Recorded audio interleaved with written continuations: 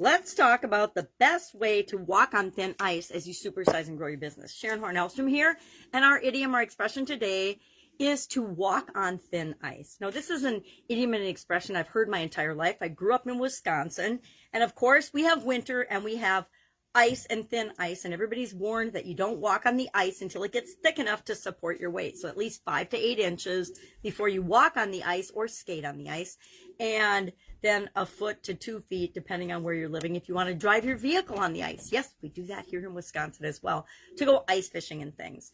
So when I was a little girl, and I've heard this story my entire life, my grandma Pitch, my mom's mom, who passed away a few years ago at just shy of 100, she actually, as a little girl, fell through the ice. So she was always terrified of swimming and water and the ice her whole life. I mean, we grew up and my dad put a swimming pool in the yard to keep track of his daughters. And my grandma, finally we got her to go in the shallow end and she would walk around the shallow end. But for the most part, our entire life, she was terrified of water and especially ice and thin ice and things. And that's because she had a traumatic experience. So like her and all of the rest of us human beings, when we have a traumatic experience, we associate with something, it increases our fear. A lot of people have fear of growing and building and supersizing their business. They overestimate the risks and the danger of doing something and taking action, so they don't do it.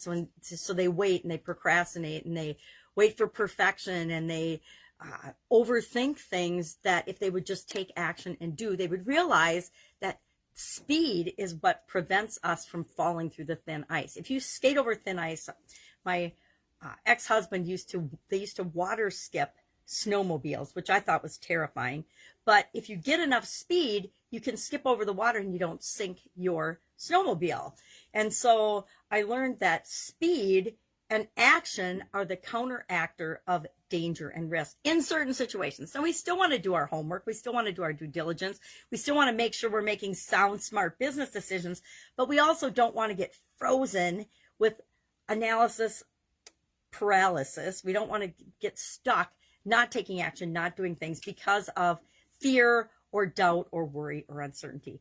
Guess what? There's always going to be some uncertainty, some risk involved in our business. That's why everybody doesn't do it. That's why everybody doesn't grow and supersize their business, mostly because of fear. They're afraid.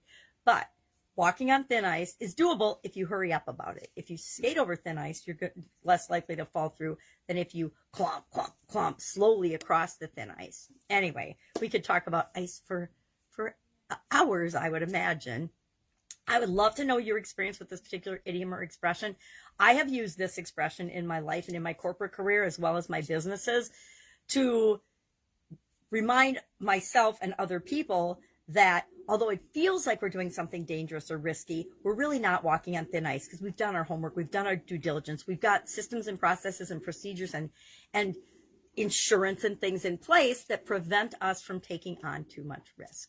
So share in the comments below your experience with this. Have you ever walked on thin ice? I've walked on cracky thin ice before, and it is scary.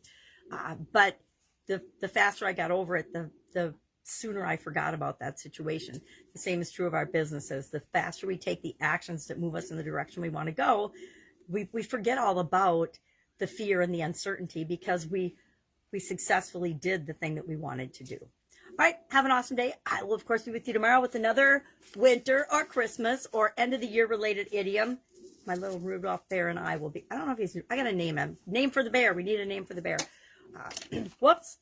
He's falling all over. So have an awesome day. And if I can help you in any way, ask. Otherwise, I'll be with you tomorrow to share an interesting idiom. What does it mean? Where does it come from? How much you use it or think about it with respect to your business. Because the most important thing is, what does it mean to you? Some of these, guess what? They don't mean anything to me and I'm never going to use them again. But others cause me to look at my business and look at my life and look at things in a slightly different way. And that always adds perspective, always adds wisdom, always keeps me thinking on the cutting edge of, well, what else is possible? What do I need to do next? What do I want to do next to have an impact on my business, my life, and the world? Have an awesome day. I'll be with you tomorrow.